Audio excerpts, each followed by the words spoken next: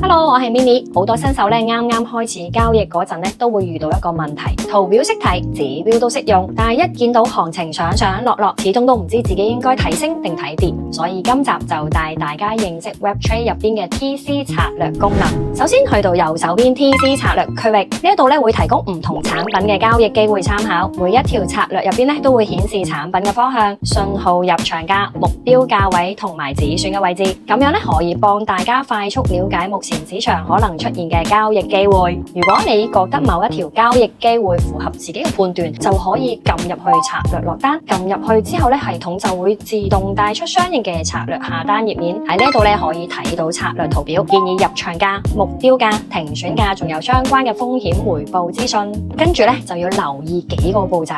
第一步，先確認交易方向同埋交易手數。手數咧，可以根據自己嘅風險承受能力去到調整。第二步，確認停利嘅位置。停利咧，即係當價格去到目標位置時候，系統咧就會可以幫你自動鎖定利潤。第三步，確認停損位置。停損就係當市場走勢唔似預期時，用嚟幫你控制風險。好多交易員咧落單之前咧都會先設定好停損。第四步，開啟以信號嘅進場價掛單。開啟之後咧，系統會根據策略提供嘅入場價格自動建立掛單。當市場價格去到指定嘅位置之後咧，系統就會自動執行交易。最後確認資料冇問題之後，再撳下面嘅掛單按鈕。咁樣咧就完成咗一次根據 TC 策略進行掛單嘅流程。不過咧呢一度要特別提醒大家 ，TC 策略咧係屬於一個輔助分析工具，入面所有嘅內容咧都係市場嘅參考，並唔代表未來嘅行情一定會咁樣發展。實際交易之前咧，仍然建議大家配合自己嘅分析同風險管理一齊判斷。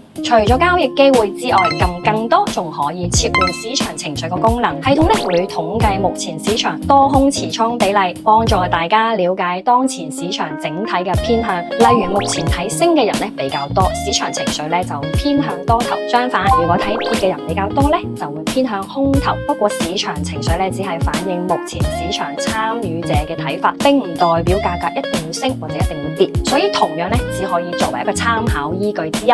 整體嚟講，TC 策略最大嘅作用就係將原本需要自己慢慢整理市場資訊集中埋一齊，等大家可以更快掌握市場嘅狀況。無論係揾交易機會定係觀察呢個市場情緒，都可以作為分析嘅輔助工具。咁樣我哋就完成咗 TC 策略功能嘅介紹，我哋下一集再見，拜拜。